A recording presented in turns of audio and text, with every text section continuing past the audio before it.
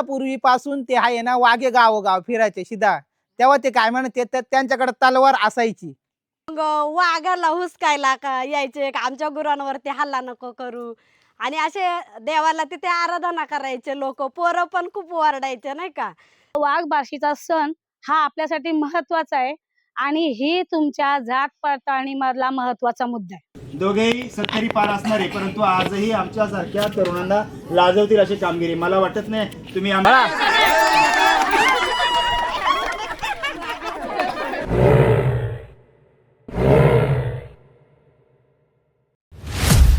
समीर डगळे या यूट्यूब चॅनलला सबस्क्राईब करा आणि बाजूला दिलेल्या बेल आयकॉनचं दाबायला विसरू.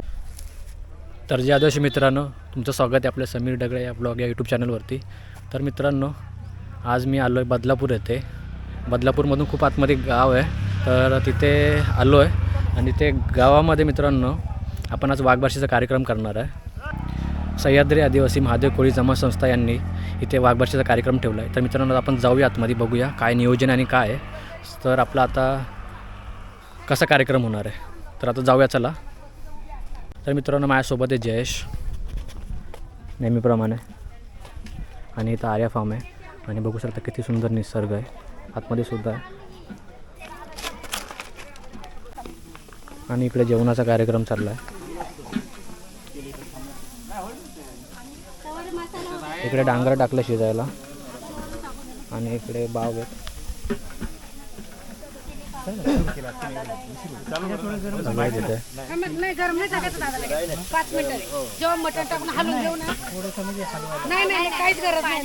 आमच्या घोडे सर हा किती खायचे करण भाऊ. जय आदिवासी. तर अशा प्रकारे जेवणाचा कार्यक्रम चालला आहे इकडे आता मस्त वाघबारस निमित्त. आणि आता थोड्या वेळात कार्यक्रम चालू होणार, ते पण तुम्हाला दाखवतो मी. आणि बघा ना मित्रांनो, किती मस्त आहे फार्म हाऊस इकडे.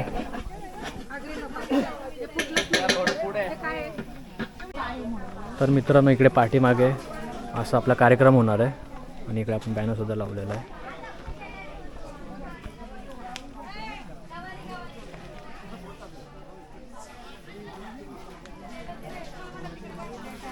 तर आता वाघोबाचे पूजन करण्यासाठी येते सर्व आपले आदिवासी बांधव इथे जमलेले आहेत. हे बाळा इथे माची झाली का माची गेले सर आणायला अशी उभे राहा.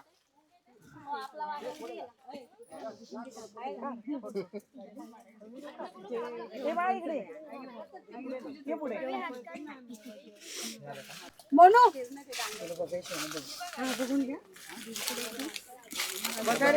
आदिवासी पद्धतीने आपण हे पूजा करीतोय ही. तर आता आहे हे अगरबत्ती लावून घेणार आहेत. आणि वात या पूर्वी आहे ना आपल्या आदिवासी समाजामध्ये पूर्वीचे लोक गुहेमध्ये त्यावेळेस उजेड करण्यासाठी तो दगडाचा दिवा वापरायचे आणि त्याचीच किंमत आहे. पण आपल्याकडं आपण आता परिस्थितीनुसार आपण आता हँडल करून घेतोय. पुढच्या वेळेस तुम्ही दगडाचा दिवा वापरायचा या ठिकाणी. आणि पूजा करताना आपण हा पोशाख आता वापरणार. पूजा करताना आपण पहिली टायलाची लुंगी लावायचो बनेल आणि मग तो डोक्याला पागोटा आणि मग देवाची आपण पूजा करायचो.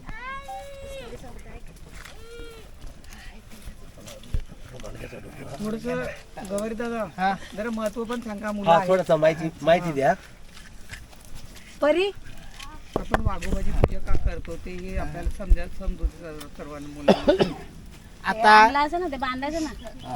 आपण वाघोबाची पूजा का करतो का मुळात आदिवासी हा निसर्ग पूजक आहे आणि इतर धर्मांपेक्षा हा वेगळा आहे आणि निसर्गाशी जुडलेलं एक अतूट नातं आहे. सर्वांना जय आदिवासी. तर आज आम्ही आलो आहे वाघबारशीच्या कार्यक्रमासाठी. तर या कार्यक्रमाच्या निमित्ताने मी एकच सांगेल की वाघबारस ही सुरुवाती आपली दिवाळी जी चालू व्हायची ना ती वाघबारशीपासून चालू व्हायची. तर वाघबारशीला काय करायचे, ते जंगलातील गायकं वगैरे असायचे, मग ते पूर्ण गावातून धान्य गोळा करायचे आणि शिदा गोळा करायचे आणि ते जंगलामध्ये जाऊन ते बनवायचे. मग त्या ठिकाणी ते वशाट पण करायचे, कोंबडा कापायचे. मग कोंबडा कापल्यानंतर मग तो वाघोबाला निवद द्यायचा. म्हणजे बरीचशी करतात एक हा. गोड हा. आणि एक हा मांसाहारी. ती मांसाहारी वेगळ्या ठिकाणी करतात आणि गोड एका वेगळ्या ठिकाणी. वेगवेगळ्या म्हणजे आपल्याकडं ना का एक वशाट मी त्याला सांगितलं बरं ठीक आहे. हा बरं नाही का आपल्याला गोड आणि एखाद्या ठिकाणी वशाट वगैरे करायचे म्हणजे ज्यांना वैसन खायचं ते वैसन खातील आणि ज्यांना गोड खायचं तर ते गोड खाणार. मग असं असायचं. मग ते सर्व जेवण केल्यानंतर ते वाघोबाला निवद दाखवायचा. मग बरेच त्या वेळेस वाघे काय म्हणायचे, गावागाव जायचे आणि म्हणायचे येऊन द्या वाघेची गोर गुरुक. मग त्यानंतर मग गाणं पण म्हणायचे का दिन दिन दिवाळी गाई म्हशी वावाळी गाई कुणाच्या लक्ष्मण कुणाचा आई बापाचा भैरवनाथाच्या नावानं चांगलं. मग येली गाय गेरी गणोबा मोरी गाय गेली मोरीला झालाय गोरा गेनोबा मोरीला झालाय गोरा गोळ्याचा गळ्यात खेटा गेनोबा गोऱ्याच्या गळ्यात खेट्याने मोडलाय काटा गेनोबा खेट्याने मोडलाय काटा काट्या कुट्याचा येळू गेनोबा काट्या कुट्याचा येळू गाया लागल्यात खेळू गेनोबा गाया लागल्यात खेळू खेळ फुटतो फांद्या गेनोबा खेळ फुटतो फांद्या बैल धरतो दांड्या गेनोबा बैल धरतो दांड्या. अशा पद्धतीने खूप आदिवासी लोकगीतं आहेत आणि आता ती लोप पावत चालले आहे. तर ती जेणेकरून पुढच्या समाजाला एवढं सांगणं आहे का जी आपली आदिवासी संस्कृती आहे ती जोपासा. धन्यवाद. दादा तुमचं नाव काय? माझं नाव गायक सोमनाथ गवारी. मी गीत गायन करतो स्वतः. माझे यूट्यूबला आणि कॅसेट्स वगैरे पण आहे, काही ब्लॉग पण आहेत आणि आदिवासी संस्कृती हा माझा याच्यावर माझे खूप असे गाजलेले गीतं पण आहेत. तर मित्रांनो दादा बोलल्याप्रमाणे त्यांचं गाव मी चॅनल पण सबस्क्राईब केलेलं आहे. तर आता पुढे आपण आता कार्यक्रम चालू करते तुम्हाला दाखवतो. तर चला. तर मित्रांनो आता सगळे हे वाघे बनलेत.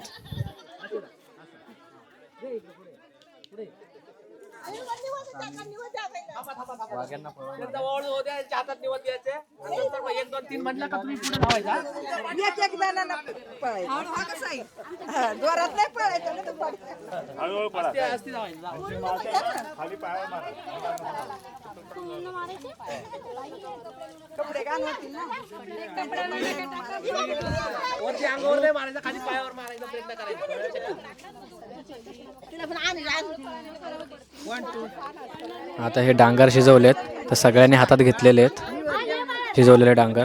आता वाघ्या निवद घेऊन पळणार तसं त्यांच्या पायावरती हे डांगराचे पीस मारले जातील.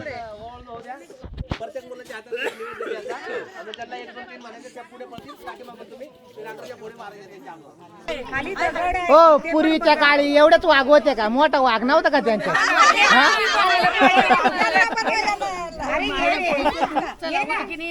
इकडे बघा आता इकडे बघा.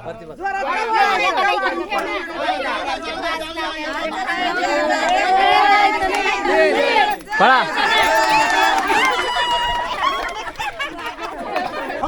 आता सर्व वाघे पळालेत त्यांचा वाटा घेऊन. तर बघूया आपण वाघ्यांकडे जाऊया.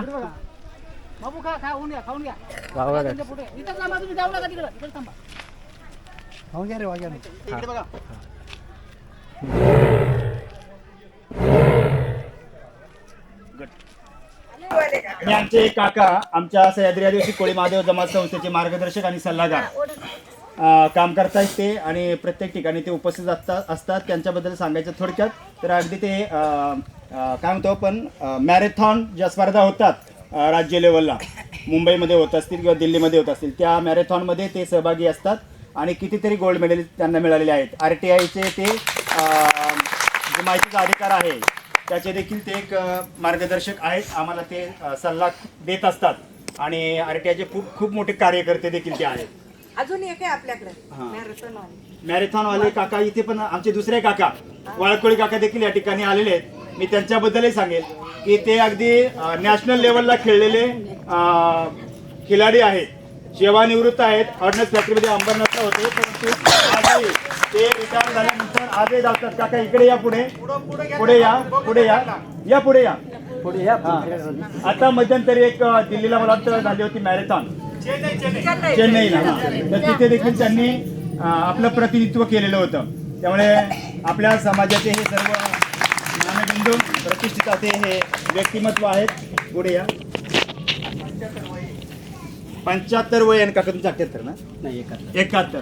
दोघेही 70 पार असणारे, परंतु आजही आमच्यासारख्या तरुणांना लाजवतील अशी कामगिरी. मला वाटत नाही आम्ही एवढे धावू या वयामध्ये, आपल्याला धाप लागेल, पण ते धावपटू आहेत, या वयामध्ये धावपटू आहेत. तर त्यांचा आदर आपण घेऊयात. धन्यवाद. मी उपस्थित सर्व माता भगिनींचं, बंधू भगिनींचं आणि हे आबालवृद्ध या ठिकाणी उपस्थित झाले त्या सर्वांचं शब्दसुमनांनी स्वागत करतो. आज वाघबारस आणि वाघबारशीच्या निमित्तानं आपण सर्वजण या ठिकाणी उपस्थित आहात. वाघबारशीबद्दल सांगायचं झालंच तर आदिवासींचा हा एक सांस्कृतिक सण आहे आणि संस्कृतीचा एक अविभाज्य घटक आहे आणि ही संस्कृती कुठेतरी जिवंत राहावी या निमित्ताने आपण हा हेतू डोळ्यासमोर ठेवला आणि शहरामध्ये वाघबारस व्हावी हा उद्देश या ठिकाणी आपण डोळ्यासमोर ठेवलेला आहे. वाघबारस गावाकडची जी होत असते ती वाघबारस प्रत्येकाला माहीत असेलच असं मला वाटत नाही, कारण बरेच वर्षापासून आपण शहरामध्ये राहतो आणि शहरामध्ये राहत असताना गावाकडची वाघबारस आता बंद झालेली आहे जवळजवळ. म्हणजे जेव्हा आम्ही गाई गुरं चारायला घेऊन जायचो त्यावेळेस सर्व गायखे गुराखी एकत्र जमायचो आणि मग प्रत्येक घरातून दूध जमा करायचो, तांदूळ जमा करायचो, रताळी जमा करायचो, गूळ जमा करायचो आणि मग अशा पद्धतीने ते सगळं साहित्य आम्ही जंगलामध्ये कुठेतरी एखाद्या ठिकाणी दगडाला आम्ही शेंदूर फासायचो आणि त्याला आम्ही वाघोबा करायचो आणि मग त्या ठिकाणी त्या वाघोबाच्या समोर आम्ही ती खीर शिजवायचो आणि प्रत्येकाची खीर वेगवेगळी व्हायची. म्हणजे मी माझ्या घरातून आणलेलं तांदूळ, दूध, गूळ वगैरे असेल त्यांची वेगळी चूल, काकांची वेगळी चूल, यांची वेगळी चूल, अशा म्हणजे आमच्याकडची कोंडोळची एक पद्धत सांगतो की अशा 5, 10, 20 चुली व्हायच्या आणि प्रत्येकाची खीर त्या ठिकाणी शिजायची. शिजल्यानंतर मग ती खीर तो नैवेद्य प्रथमतः वाघोबाला दाखवायचा आणि वाघोबाला दाखवल्यानंतर आम्हीच गुराखी गायके तो निवद घ्यायचो आणि पळायचो पुढे आणि मागे चिबडं गरम केलेली असायची. ती गरम केलेली चिबडं ती फुटायची फटाफट अंगावरती आमच्या. आम्ही पुढे पळायचो, हे मागणं मारायचे आम्हाला, ती फुटायची. परंतु तो एक आनंद असायचा. आणि वाघबारस का करायचो तर त्याच्या मागचं एक म्हणजे उदात्त हेतू असा होता की आपण निसर्गामध्ये राहतो, जंगलामध्ये राहतो आणि गाई गुरं हे आपला एक पारंपरिक व्यवसाय होता आणि त्या व्यवसायामध्ये पशुपालन करत असताना जंगलामध्ये त्यावेळेस वाघ असायचे, पटेरी वाघ. आता हे बिबटे आलेत, पण त्यावेळेस पटेरी वाघ असायचे आमच्या जंगलामध्ये, कारण आमचं भीमाशंकरचं जंगल, अभयारण्य आणि त्या जंगलामध्ये वाघ असायचे. तर त्या वाघापासून आमच्या जनावरांचं रक्षण व्हावं, आमच्या पांढरी म्हणजे त्याला सरहद्द हद्द म्हणतो आपण नाही का, शिव, त्या शिवाचं रक्षण व्हावं आणि त्या वाघाने आमच्या कुठल्याही माणसाला कुठल्याही प्रकारचा दगाफटका करू नये, जनावरांना दगाफटका करू नये म्हणून त्याला आम्ही पूजायचो मनोभावे. की सांगायचो, हे वाघोबा देवा, आमची गुरा जनावरं या रानामध्ये मोकार चरत असतात, आमची पोरं सोरं त्याच्या मागे धावत असतात आणि असं करत असताना तू त्यांना दिसला तरी त्याच्यावरती कृपया दया कर आणि त्यांना कोणालाही दगाफटका करू नको, इजा करू नको, अशी आपण प्रार्थना करायचो त्या वाघोबाकडे. आणि मग अशा प्रकारे त्या संस्कृतीचा एक भाग बनला, वाघ आपला देव बनला. आणि तेव्हापासून ते अगदी पूर्वजांपासून सांगतोय, म्हणजे हा आत्ताचं ही माझी पिढी, तुमची पिढी आणि येणारी माझ्या मुलांची पिढी असेल. ही पिढी तर आता नवीन आहे, परंतु त्याच्या अगोदरची आजोबा पंजोबा, खापर पंजोबाची पिढी आहे ना, तेव्हापासून चालत आलेला हा सण आहे. तर तो सण कुठेतरी जिवंत राहावा, शहरातल्या लोकांना, मुलांना माहीत व्हावा, त्यामुळे हा कार्यक्रम या ठिकाणी आपण ठेवलेला आहे. आमच्याकडनं काही चुका झालेल्या असतील त्या आपण पदरात घ्या, परंतु सण होणे गरजेचा होता, तो या ठिकाणी संपन्न होतोय आणि आपल्या सर्वांच्या वतीने होते. मी अधिक जास्त बोलत नाही. ही आमच्याकडची झालेली वाघबारस या ठिकाणी तुम्हाला सांगितली. काका त्यांच्याकडची वाघबारस अकोले तालुक्यातली थोडक्यात सांगतील, सांगाल ना? तसं काही फरक नाही, फरक नाही तर पण थोडंफार बोला. हां, वाघबारस करायची म्हणजे काय, वाघ आपल्या तळातून माणसं त्यात राहतं, म्हणजे सजीव जे प्राणी आहेत ते एकत्र राहतो आपण. पण वाघाला भीती वाटते, वाघाची भीती लोकांना वाटते. पण वाघ आदिवासीमध्ये जास्त सहवास आहे त्याचा, कारण जंगल आहे तिथे वाघ आहे आणि जंगलामध्येच आदिवासी आहे. पण यांचे वाघबार वर्षात 2 वाघबार होतात अकोले तालुक्यामध्ये, पण ते आता तिकडे होत नाही. पण मला ती माहिती आठवते, ते माहिती आहे. पहिली वाघबारस खेरीची होते आणि दुसऱ्या 15 दिवसाने परत दुसरी वाघबारस तिथे बोंबलाची वाघबारस असे 2 होतात. आता ते गावाला ते होतच नाही, पण आपण ते करून आलेलं असल्यामुळे ती आपल्याला माहिती आहे आता दुसऱ्या लोकांना बहुतेक शहरात आल्यानंतर त्यांना त्यांची माहितीच नाही वाघबारस काय आहे. काही कुतूहल म्हणून लोक येतात काय वाघबारस, पण जे करून आलेले आहेत त्यांना ते माहिती आहे वाघबारस. आणि त्या वाघाला विनंती करतो आपण का बा आम्ही ज्यात राहतो तर कुठल्याही बा असं दगा फटका करू नये किंवा माणसावर हल्ला करू नये याच्याकरता ते विनंती करतो. आणि तो प्रत्येक गावाच्या शिव म्हणजे हद्द असते, त्या हद्दीवर तो वाघोबा ठेवलेला असतो. तो ते परवानगी घेतल्याशिवाय तो गावात येत नाही, अशी एक आपली काल्पनिक व्याख्या लोक म्हणतात ते सांगतात. तर तो त्यातली विनंती केल्यानंतर तो आवाज करतो तिथे. आता वाघ ते ह्या बिबटे आलेत, हे बिबटेमध्ये कुठून तर पकडून आणलेले आणि ते सोडून दिलेत, त्यामुळे त्यांना माणसाची काही वाटत नाही, तो कोणावर हल्ला करतो. आता आपला जो वाघ आहे खरा वाघ तो माणसावर कधीच हल्ला करत नाही. सरकारने आता पाळीव बनवले आहेत आणि हे म्हणून जंगलामध्ये सोडले आहेत. तर कशा करता ते आदिवासीकरता सोडलेले आहेत का आदिवासी इथून हटले पाहिजेत याच्याकरता तो सरकारी कारभार चालू आहे. आता लोक म्हणतात वाघ हल्ले करतो तर सरकारनेच हे आणलेले आहेत. आणि आपल्याकडे काय अभयारण्य बनवलं आदिवासींच्या जागेवर अभयारण्य. आता मी तर त्या संकल्पना मांडली होती का तिथं निसर्ग पर्यटन व्हायला पाहिजे, फार भीमाशंकर पर्यंत हा पूर्ण अरण्य झाला आणि त्याच्यामध्ये ते हे बिबटे आणून सोडलेले आहेत. एवढी मला माहिती होती, ती मी आपल्या पुढे बोललो. जय आदिवासी. मी जुन्नरची आहे, पण आम्ही टिटवाळ्याला नोकरीनिमित्त राहतो. आमच्याकडं मला आठवते वाघबारस. तर आम्ही सगळे पोरं घरोघरी जाऊन सगळ्यांच्या तांदूळ गूळ कोणी दूध, आता तेव्हा तर गावाकडं म्हशी असायच्या, गाया असायच्या, शेळ्या, जसं असेल तसं ज्याच्या त्याच्या घरून आम्ही दूध तांदूळ गूळ जमा करून घ्यायचो. आणि जर समजा पैसे थोडेसे काढायचो मटणासाठी, तेव्हा काही एवढं हे नव्हतं की महागाई नव्हती, पैसा पण कमीच होता. तसं पाव गेलं तर पण आनंदी लोक होते आणि सगळे एकत्र येत होते, हे महत्त्वाचं. सगळे फाटी वगैरे जमा करायचे. आणि आमच्याकडं आता ह्या ताईंनी हे केलं हे फेकायचं डांगर वगैरे, तसं मला तर नाही आठवत. पण छान वाघबारस असं झुऱ्याला जिथं पाणी असेल तिथे दगडांची चूल करून एक वाघोबा बनवायचे, तिथं शेंदूर वगैरे लावायचे नाही का, असं हळद कुंकू. आणि सुपारी तर मला नाही तिथे आठवत केलेली, पण दगडाचा वाघोबा बनवायचे. आणि मग चूल पेटून एकीकडं खीर एकीकडं ते मटण. आणि मग असं मस्त सगळे लोक जमा व्हायचे, गुरांकडं पण यायचे. आणि मग वाघाला हुसकायला यायचे, आमच्या गुरांवरती हल्ला नको करू. आणि असे देवाला तिथे आराधना करायचे लोक, पोरं पण खूप ओरडायचे नाही का. तर अशी छान अशी वाघबारस व्हायची. पण आत्ता गावाकडं तसं होतही नाही. आणि आता समाज थोडा विसरत चाललाय. त्या समाजाला एकत्र घेऊन आपल्याला चालण्यासाठी आपण पण कधीतरी गावाकडं जावा. वाघबारसीसाठी आम्ही केले असं मुलांना तयार. तर 2 वर्षापूर्वी करतात पोरं जमा, खीर वगैरे बनवतात. आता कुणाकडं वाल पण राहायचे, जे खात नाही त्यांना आम्ही वाल भात बनवायचो. म्हणजे असं छान मस्त जुनी लोक पण थोडी माहिती सांगायची आम्हाला त्याच्यातली, की पोरांनो आम्ही असं करायचो, शेंदूर वगैरे लावायचं. तेव्हा असं आमच्याकडं डांगर वगैरे असा काही प्रकार नव्हता. पण वाघोबाला हुसकायचे, असं ओरडायचे मोठ्याने. थँक्यू, धन्यवाद. आपले जे गावाकडे पूर्वी लोक वाघबारस करायचे.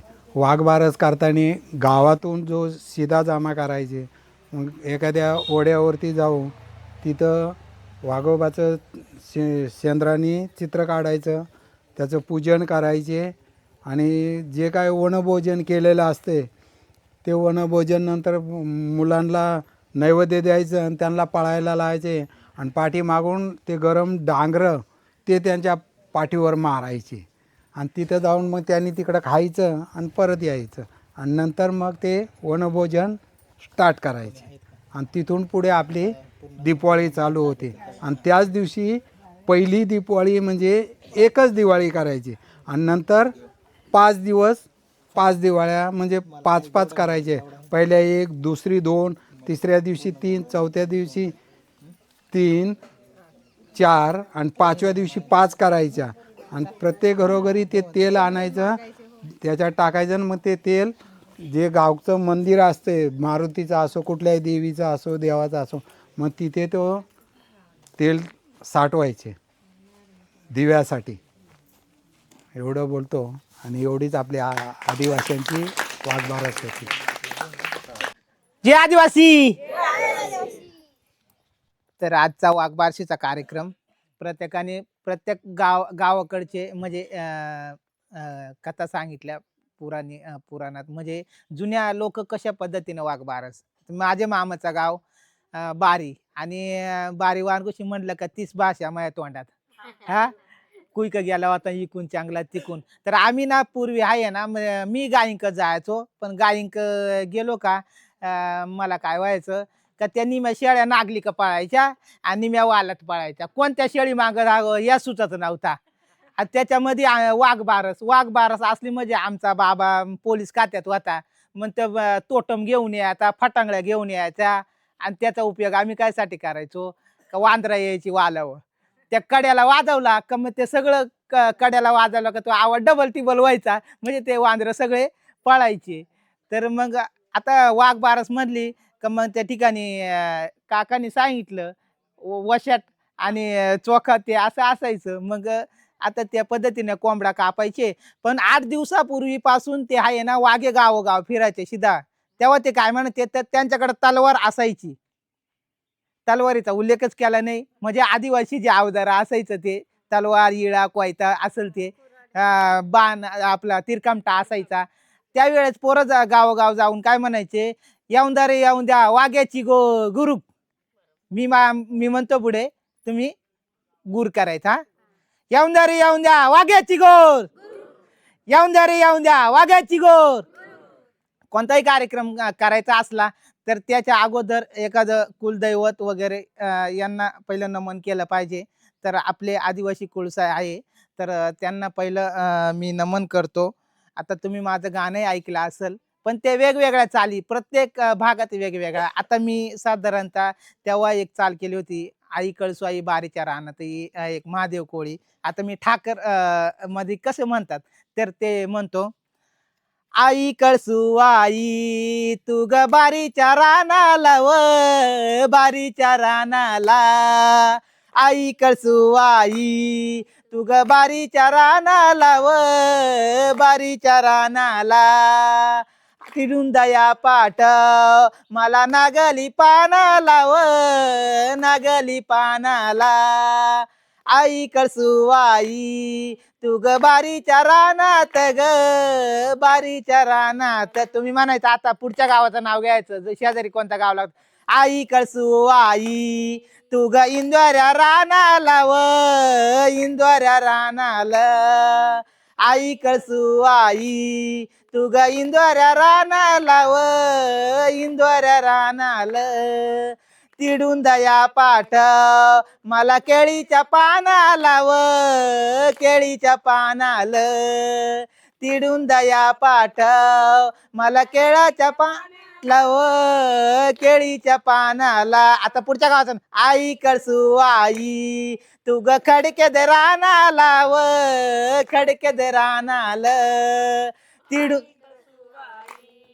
तू खडके दे रानाला व खडके दे रानाला. तिडून दया पाठ मला जांब्याच्या आंब्याच्या पानात. तिडून दया पाठ मला आंब्याच्या पानात हो आंब्याच्या पानात. अशा पद्धतीनं हे नमन गीत झालं. पण त्यावेळेस हा सण असायचा ना तर आपला शेती व्यवसाय म्हटला तर त्याच्यात बैल आणि गाई गुरे असायचे त्याच्याकडे. मग ते गायके डोंगराला जायचे दररोजचं त्यांचं. पण मग त्यांना आहे ना गायका आणि शेजारी कळसूबाई किंवा आदिवासी कुलदैवत वगैरे वाघोबा असायचा, डोंगऱ्या देव असायचा. मग तो कार्यक्रम असायचा. तर ते ठिकाणी गायक्या दादा गेलं का मग आपण तो देव असायचा त्याला विनवणी करायचो. मग ते कळसूबाई असो किंवा वाघोबा असो. पण बारीसारख्या ठिकाणी महाराष्ट्राची सर्वात उंच शिखर आहे तर तो गायका कळसूबाईला विनवणी करतो. त्याच्या जीवनावर हे गाणं आहे. माझं गाणं पण आहे. गायका दादा बसला आंब्याच्या सावलीला. गायका दादा बसला आंब्याच्या सावलीला. आलो रानामध्ये आई तुझ्या ग भेटीला. आलो रानामध्ये आई तुझ्या ग भेटीला. मग तो म्हणतो, आई ग कळसू आई आईकडेच्या लाळावर ध्यान ठेव आई माझ्या लाडक्या बाळावर, गाया घेऊन येतो मी रानात चरायला, गायका दादा बसला आंब्याच्या सावलीला, गायका दादा बसला आंब्याच्या सावलीला. आता आदिवासी किंवा गायका दादा म्हणला तर बरेचशा निसर्गाची त्याचा संपर्क असतो. मग आपण आता तुम्ही सगळे सिटीमध्ये कामगार वर्ग आहे, पण रविवारचा एक दिवस काढला का आपल्याला वाघबारस साजरी करायची. पण आपल्याला जे वर्गामध्ये शिकायला मिळत नाही ते आपल्याला इथं शिकायला मिळतं. माझं म्हणणं आहे, बिनभिंतीची शाळा लाखो इथले गुरु. म्हणजे इकडं झाड असेल किंवा पशु पक्षी असेल किंवा इतर निसर्ग असेल, या निसर्गातून आपल्याला खूप काही आयुष्याचं देणगी मिळते. तर त्या ठिकाणी माझं एक म्हणतो, निसर्ग निसर्ग निसर्ग आमचा गुरु रे, निसर्ग निसर्ग निसर्ग आमचा गुरु रे, तिथून तिथून आमचे जीवन सुरू, तिथून आमचे जीवन सुरू, तिथून आमचे जीवन सुरू, तिथून जीवन आमचे सुरू. डोंगरावरती शेती वाडी, नको आम्हाला मोटार गाडी, डोंगरावरती शेती माडी, नको आम्हाला मोटार गाडी, आम्ही हाकीतो बैल गाडी, आम्ही हाकीतो बैल गाडी. मायलेकराचं नात आमचं निसर्गाशी, मायलेकराचं नात आमचं निसर्गाशी, तिथून आमचे जीवन सुरू रे, तिथून आमचे जीवन सुरू रे, निसर्ग आमचा गुरु रे, निसर्ग आमचा गुरु रे. अशा प्रकारे निसर्गच आपला गुरु आहे. त्याच्यामुळे आपण आपली संस्कृती जोपासा. त्या ठिकाणी आता ही वाघबारस म्हटली तर आपली दिवाळीची सुरुवातच वाघबारशीपासून सुरुवात होते. वाघबारस झाली की मग आपली दिवाळी चालू होते. दिवाळी चालू झाली म्हणजे आपल्या लेकी बाळे राहतात, मग त्यांच्या मनात राहते, बाई आता वाघबारस चालू झाली, माझ्या लेकीला आणायला जायला लागल मुराळी, मुराळी आणायला जायला लागल. मुराळी हा शब्द खूप जुना. तर त्यावेळेस लोक काय म्हणायचे का, बाई एखादा पशु पक्षी असेल त्यावेळेस कबूतर असेल किंवा इथं कावळा असेल, पक्षी असतील त्यावेळेस पूर्वीच्या काळी पत्र वगैरे सांगायचा, धाडावाच नव्हता. आपण कोणता माणूस आला तर त्याच्याकडे सांगतो, तो 10 दिवसानंतर पोहोचायचा. पण आपला एखादा पशु पक्षी असेल त्याचं आपलं एकदम आटूट नाटा असायचं. तो सांगायचा का, जाई माझा निरोप सांग, मला दसऱ्याला यायचे किंवा दिवाळीला यायचे. पण त्यावेळेचा अजूनही तो पक्षी आहे का, काळ्या बाण्या. काळ्या बाण्या पाखरू म्हणजे आपण जेव्हा वाघबारस चालू झाली का आपली सोंगणी चालू होते, आणि त्या सोंगणी केली का त्याच्यावर त्या भाताचे लोंबे गिरट्या घेतो, तो म्हणजे काळ्या बाण्या पाखरू. आणि त्या काळ्या बाण्या पाखरू मग आपण सोंगितोय तर तो काळ्या बाण्या पाखरू आणि आपली लेकी बाळी ते एकदम जवळचं नाते. तर मग ती लेक त्या पाखराला सांगते. तर ते पुढच्या गाण्यात ऐका. माझ्या काळ्या बाण्या पाखरा, तुला मायेचा आसरा, एवढा निरोप जाऊन सांग माझे माहेरा, माझ्या काळ्या बाण्या पाखरा, माझ्या काळ्या बाण्या पाखरा, माझ्या काळ्या बाण्या पाखरा, तुला मायेचा आसरा, एवढा निरोप जाऊन सांग माझे माहेरा, माझ्या काळ्या बाण्या पाखरा, एवढा निरोप जाऊन सांग माझे माहेरा, माझ्या काळ्या बाण्या पाखरा. या गीतामध्ये जवळजवळ मी आपले सण उत्सव आहे या सणांची मांडणी केली. प्रत्येक सणाला ती स्त्री आपल्या माहेरी जात असते. तर ऐका. श्रावण महिन्यात पडते या रिमझिम पावसाच्या धारा, नागपंचमी सणाचा घ्यायचा आनंद मला खरा. श्रावण महिन्यात पडते या रिमझिम पावसाच्या धारा, नागपंचमी सणाचा घ्यायचा आनंद मला खरा. पाठवा आई बापाला माझ्या या घराला, पाठवा आई बापाला माझ्या या घराला, मला घेऊन जाईल माहेरा, एवढा निरोप जाऊन सांग माझे माहेरा, माझ्या काळ्या बाण पाखरा.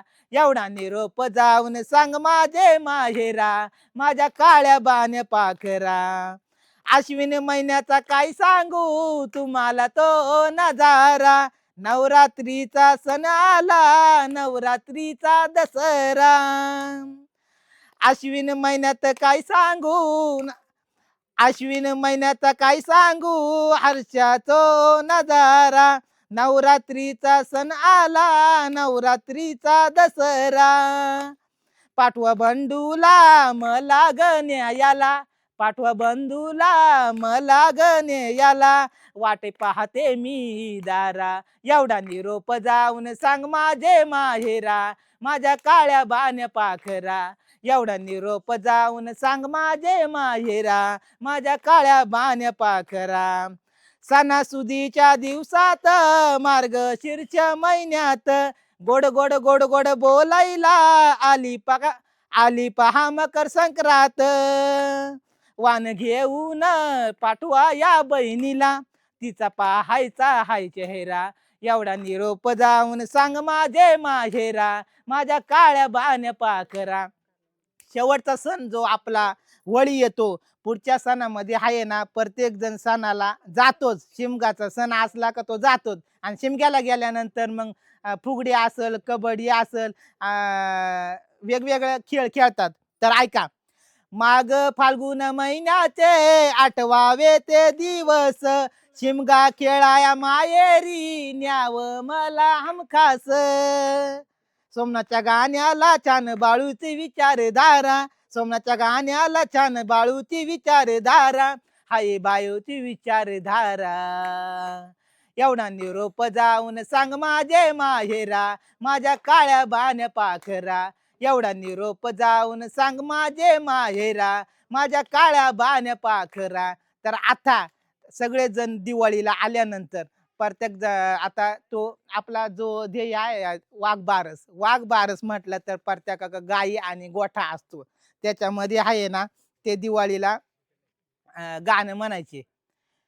दिन दिन दिवाळी, दिन दिन दिवाळी, गाई कुणाच्या, गाई कुणाच्या, लक्ष्मण कुणाचा, लक्ष्मण कुणाचा, वाघोबाच्या नावानं, वाघोबाच्या नावानं. आता पुढचं, मोरी मोरी गाय गेली गेनोबा, मोरी गाय गेली, मोरी गाय गेली गेनोबा, मोरी गाय गेली. मोरीला झालाय गोरा गेनोबा, मोरीला झालाय गोरा, गोऱ्याच्या गळ्यात खेळाच्या गळ्यात खेटा, गोळ्याच्या गळ्यात खेटा गेनोबा, गोऱ्याच्या गळ्यात खेटा. खेट्याने मोडलाय काटा गेनोबा, खेट्याने मोडलाय काटा, काट्या कुट्याच्या खेळू.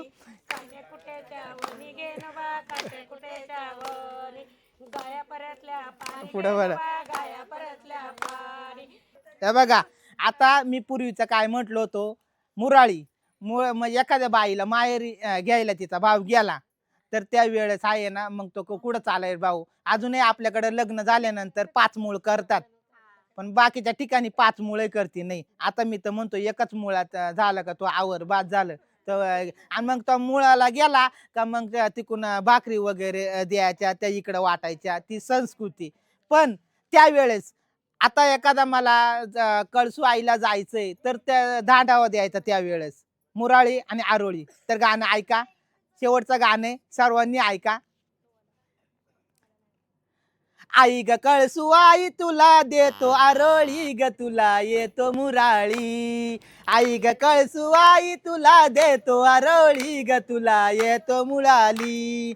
बायको मुलं घेऊन या झुंपली या गाडी, बायको मुलं घेऊन या झुंपली या गाडी. वाट वळणाची कशी चालती या गाडी, वाट वळणाची कशी चालती या गाडी.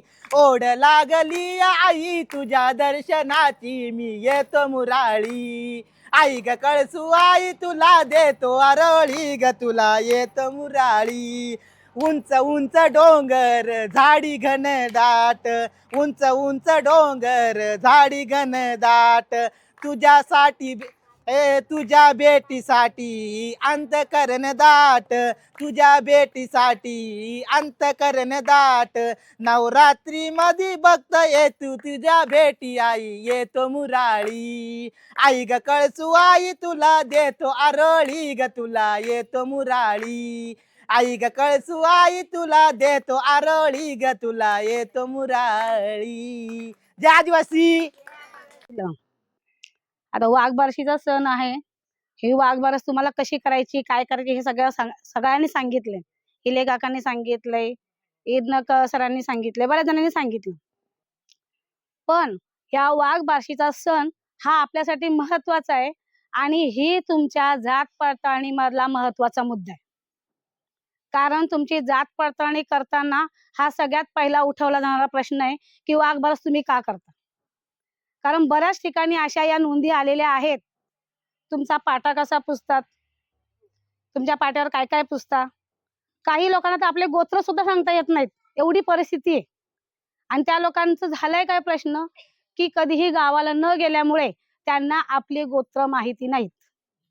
आणि मुळात म्हणजे आत्ताचा जो समाज आहे तो पुढारलेला आहे, शिक्षित आहे, त्यांना काही गोष्टी माहिती नाहीत आणि त्यांनी या माहिती करून घेणं गरजेचं आहे.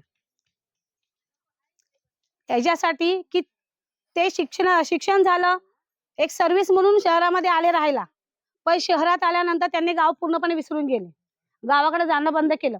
काही अंशी लोक जातात गावाला, पण एवढ्या काही गोष्टींमध्ये ते तिथं म्हणजे मिक्स नाही होत तिथे मिक्स. आपलं फक्त जे कारण आहे त्या कारणापुरतं जातात आणि पुन्हा येतात. पण आपल्या काही चालीरीती, रूढी, परंपरा या गावाशी निगडीत आहेत, त्या सुद्धा त्यांनी ओळखून घेतल्या पाहिजेत. आता पुढे जाऊन तुमच्या मुलांची जात पडताळणी आली किंवा काही विषय आला तर तिथे तुम्हाला या गोष्टी सांगता आल्या पाहिजेत. आणि जे शहरात राहणारे अशी व्यक्ती असतात ना की त्यांना या गोष्टी काही माहीतच असतात. आणि जेव्हा तिथे बोलवतात तुम्हाला विचारतात काही प्रश्न, तेव्हा या प्रश्नावर मात्र काही लोक निरुत्तर होतात.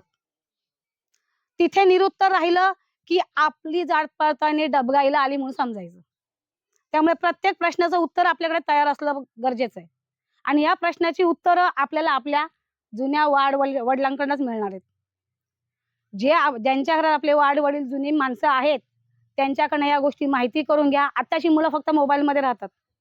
त्या मुलांना मोबाईलमध्ये न ठेवता तुम्ही काही गोष्टी अशा सांगितल्या पाहिजेत की बाबा आपल्या घरच्या परंपरा काय आहेत, आपल्या रूढी काय आहेत, आपली संस्कृती काय ही त्यांना दाखवून दिली पाहिजे. प्रत्येक मुलाला आपल्या समाजाविषयी काही गोष्टी माहिती झाल्या पाहिजेत. त्या आपल्यापर्यंत माहिती आहेत, आपल्याला माहिती आहेत, पण जोपर्यंत तुम्ही त्या गोष्टी तुमच्या मुलांच्या समोर घरामध्ये बोलू शकत नाही तोपर्यंत त्यांना ते काहीच कळणार नाही. तुम्ही जर या कागदोपत्रीच्या काही गोष्टी मुलांच्या समोर करा, त्यांना त्यांच्यातून माहिती होऊ द्या, ती माहिती त्यांच्यापर्यंत जाऊ द्या. ती माहिती त्यांच्यापर्यंत गेल्यामुळे काय होणार आहे, या काही गोष्टींचा पुढे त्यांना उपयोग होणार आहे. आपण किती दिवसाचे आहोत, पुढे जाऊन या गोष्टी त्यांना परत सांभाळायच्या आहेत. त्यामुळे त्यांना या गोष्टी माहिती झाल्या पाहिजेत. आता माझ्याकडे काही 1-2 केसेस आल्या होत्या की या जात पडताळणी संबंधी त्यांना खूप साऱ्या गोष्टींमध्ये खूप असं 2-3 वर्षापासून केस रखडले पण होतच नाही. या केसेस मागं कारण काय, ते गावाला न जाणं. तुम्ही दाखवता तुमचं गाव हे येते पण तुम्ही गावाला जातच नाहीत आणि त्याच्यामुळे तुमच्या जात पडताळणी रखडतात. आणि या रखडल्यामुळे झालं काय की त्यांना काही बोलताच आलं नाही. त्याच्यावर सरळ त्यांना तोंडावर प्रश्न, त्यांना डायरेक्ट उत्तरं दिली जातात की तुम्ही समाजामध्ये वावरत नाहीत. आपल्यावरती जर हा शिक्का आला तर आपल्या जात पडताळणीला किती मोठा प्रॉब्लेम होणार आहे हा विचार करा तुम्ही. त्यामुळे आपल्या समाजाशी आपण निगडीत राहणं, आपल्या समाजाचे जे प्रत्येक कार्यक्रम होता त्या प्रत्येक कार्यक्रमामध्ये सहभागी होणं हे आपलं काम आहे. मग तो कार्यक्रम कुठेही असो, भले 2 पैसे जास्त जाऊ देत, पण तुम्ही त्या कार्यक्रमाला सहभागी व्हा. आपल्या संस्कृतीविषयी, आपल्या समाजाविषयी जी आपल्याला तळमळ आहे ती तिथे जाऊन दाखवा. नुसतं घरात बोलून तुम्हाला काही मिळणार नाही, काही होणार नाही. जोपर्यंत तुम्ही समाजात जात नाही, जोपर्यंत तुम्हाला तिथे समाजात जाऊन त्यांच्याशी तुम्ही एकमेकांसोबत राहत नाही, तोपर्यंत तुम्हाला काही गोष्टी कळणार नाहीत. घरामध्ये बसून तुम्हाला कोणी तुमची जात पडताळणी आणून देणार नाही किंवा घरामध्ये बसून तुम्हाला तुमची कुठली कार्य साध्य होणार नाहीत. जोपर्यंत तुम्ही घराच्या बाहेर पडत नाही, समाजात राहत नाही, समाजातल्या काही चालीरीती, रूढी, परंपरा, आपल्या ज्या जुन्या परंपरा आहेत त्या पाळत नाहीत, तोपर्यंत तुम्हाला या गोष्टीपासून लांबच राहावं लागेल. आणि हे सगळं जर आपल्याला व्हायचं नसेल तर आपल्याला समाजात एकत्र येणं महत्वाचं आहे. मग ते कुठलाही कार्यक्रम असो. आता मी बिसा ब्रिगेडचं काम करते, पण मी सगळ्या कार्यक्रमांना असते. मला माझ्यासाठी संघटना महत्वाची नाहीये, मला माझ्यासाठी माझा समाज महत्वाचा आहे. मी कुठेही कार्यक्रम असो, पण तळपडे साहेबांच्या कार्यक्रम मी तिकडेही जाते, सगळ्या कार्यक्रमांना जाते. फक्त माझी माणसं येत ती, माझा समाज आहे, माझ्या समाजासाठी मी कुठेही जाईल. मग तो कार्यक्रम कोणाचाही असो, मला फरक नाही पडत. आणि कोणी काही बोलो, मला त्याचं काही हे नाही. फक्त माझं म्हणणं आहे की सगळ्या समाजाने एकत्र राहा, कारण सध्या आपल्यावरती घालायला घेतलेला आहे. आदिवासी समाज मूळ काढून घ्यायला लागलेले आहेत. महादेव आणि मुळात म्हणजे महादेव कोळी जो समाज आता कमी पर्सेंटेज मध्ये आलाय, तो मुळापासून उखडायला घेतलाय. आणि त्याच्यावर जर तुम्हाला काही करायचं असेल तर महादेव कोळी समाजाने एकत्र येणं गरजेचं आहे. आणि हा महादेव कोळी समाज तेव्हाच एकत्र येईल जेव्हा सगळ्यांच्या मनात आपल्या समाजाविषयी भावना निर्माण होतील, तर हा समाज एकत्र येईल. जर भावना एकमेकांची नसेल समान, तर तुम्ही एकत्र येऊ शकत नाही आणि कार्यक्रम साध्य होऊ शकत नाही. आणि लक्षात ठेवा, आपल्या जातपातळीमध्ये खूप सारे आपल्याला प्रॉब्लेम्स निर्माण होत आहेत. हे याचं कारण काय आहे, तर आपल्या समाजाला काहीतरी असं आमिष दाखवून दुसऱ्या समाजामध्ये आपल्याला बदल करून घेतात आपल्या समाजाचा, आणि आपला समाज इथे कमी करायला घेतलेला आहे. कारण या 47 जातीमधून आपल्या 45 जाती राहिल्यात, त्यात हे महादेव कोळी नामशेष व्हायला आली. आणि ही होऊ नये असं वाटत असेल तर सर्वांनी एकत्र राहणे गरजेचं आहे आणि आपल्या संस्कृती परंपरा जतन करणं महत्वाचं आहे. माझ्याकडून मी एवढंच बोलेन आणि मला इथे बोलण्याची संधी दिली त्याबद्दल धन्यवाद. तत्पूर्वी आमच्या संस्थेच्या उपाध्यक्षा मंदाताई कचरे यांना विनंती करतो की आपण उपस्थित सर्वांच्या ठिकाणी आभार व्यक्त करावे. या मंदाताई.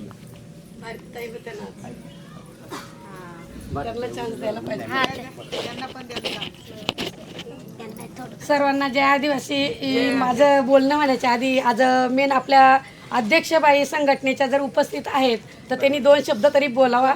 जास्त वेळ नाही, फक्त 2-3 शब्द बोलले तरी सगळ्यांना माहीत पडेल का आमच्या अध्यक्ष कोण आहेत ते तरी कळू द्या, नंतर मी बोलते. या उंडीताई या.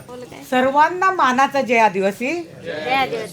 सह्याद्री आदिवासी कोळी महादेव जमात संस्थेच्या वतीने आज आपण इथे वाघबारशीचा कार्यक्रम सादर केलेला आहे.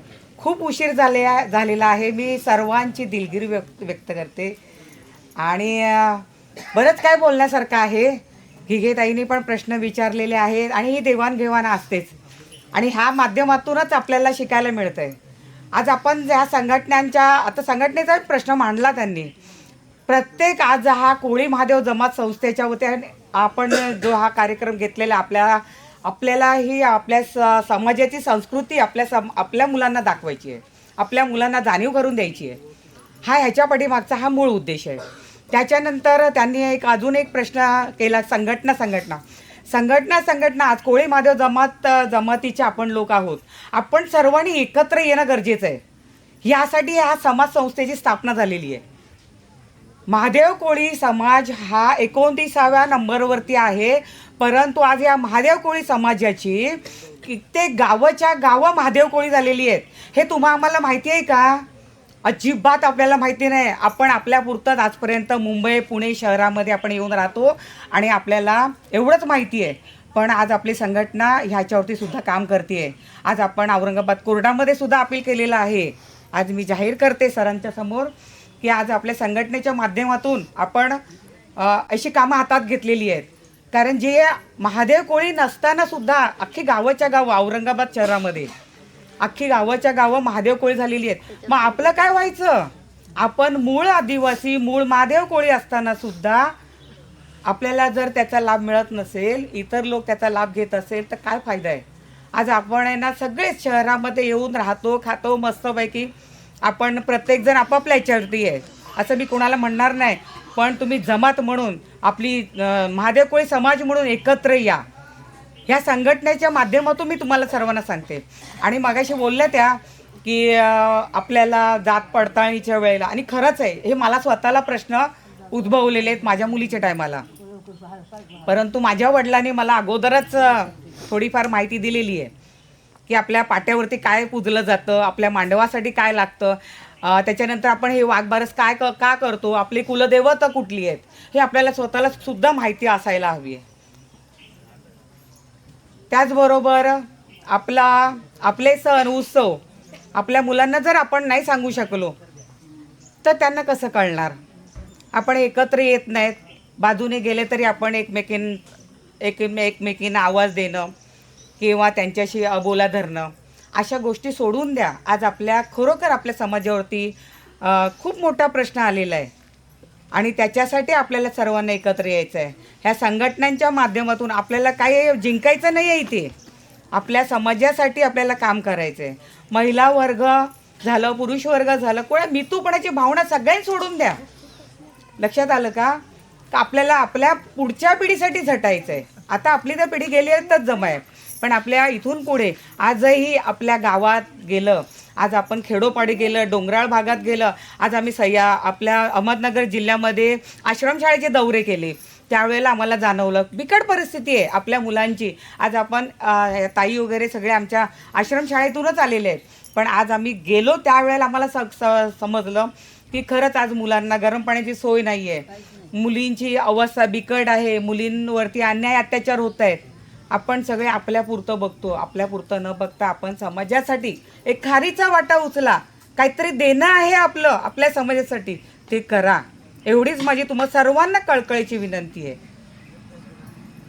त्याचबरोबर आता मला जास्त काही बोलता येत नाही आहे, कारण आज सर्व लहान मुलं आलेली आहेत, बाळं भुकेलेली आहेत, सकाळीच लोक निघालेली आहेत घरातून.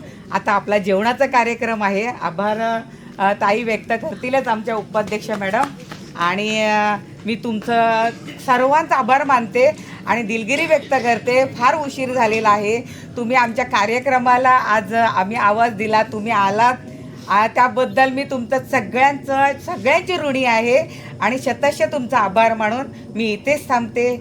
जय आदिवासी, हर हर महादेव. सर्वांना जय आदिवासी. आता खूपच वेळ झाला आहे, जास्त काही बोलणार नाही, जवळजवळ सरांनीच बोलून झालेलं आहे. मी एवढंच सांगेल का महादेव कोळी या संघटनेचे सर्वजण जॉईंट राहा. मला हे सांगायचं का आपल्या या पूर्ण परिसरामध्ये सह्याद्री पट्टा असू द्या, नाशिक असू द्या, पालघर वगैरे सगळे कुठेतरी कामानिमित्त आपण नोकरीसाठी गेलेलो आहोत. आणि ह्या महादेव कोळी जमातीची एकच अशी संस्था आहे महाराष्ट्रामध्ये महिलांनी आज तुमच्यासमोर इथं स्थापन केलेले आहे. तर पुरुष असो, महिला असो, कोणी असो, पण महादेव कोळी म्हणून ज्या वेळेस आपण कार्यक्रम घेणार तेव्हा नक्की अशी तुमची साथ द्या, हीच आमची अपेक्षा आहे. ना आता जवळजवळ राजूरवरून बांगरेदादा आलेत, संतोषदादा आहेत, आणि राजूरवरून आमच्या ताईसाहेब पण आलेत. म्हणजे एवढ्या लांबून जर आपल्या इथे येतात तर आपल्या मुंबईचे किती लोक यायला पाहिजे होते. पूर्ण 8 दिवस महिनाभर आम्ही ही जाहिरात केलेली आहे, पण कोणी जास्त लोक आले नाही. म्हणजे शहरातल्या लोकांना जवळजवळ त्यांची पोटं भरलेली आहेत असं आपण म्हणू. तरी पण आम्ही घरोघरी जाऊन महादेव कोळ्यांच्या घरी जाऊन ही जागृती करणार आहोत. एवढं प्रयत्न आमचे होणार आहेत. महादेव कोळी कधी एकत्र यायला पाहिजे. मला असं वाटतं का कोणतीही संघटना वेगळी असू द्या, त्या 45 जमातीची आहेत, पण ही फक्त महादेव कोळ्यांची आहे. जर सगळ्यांच्या संघटना आहेत तर मग आपलं स्वतःचं घर नको आहे का कोणाला? पाहिजे ना. मग त्याच्यासाठी आपल्या स्वतःच्या घरामध्ये सुद्धा यायला पाहिजे. ताईने गिगताईने एवढा छान विषय मांडला का कुठलीही संघटना काही करू द्या, पण मी जिथे जाते तिथे मला समाज म्हणून जाते. हेच ध्येय प्रत्येकाने ठेवायचं, तर समाज म्हणूनच गेलो पाहिजे. आज आहेत उद्या नाही. आपण आज काळाची गरज अशी झाली का 5 मिनटं बोलून अर्ध्या तासात सुद्धा कोणाचं काय होईल सांगू नाही शकत. खरं हे पूर्वीचे लोक 70, 80, 100 वर्ष काढत होते, पण आता ते आपण करू शकत नाही. आणि खूप वेळ झाला आहे, जास्त बोलणार नाही आहे.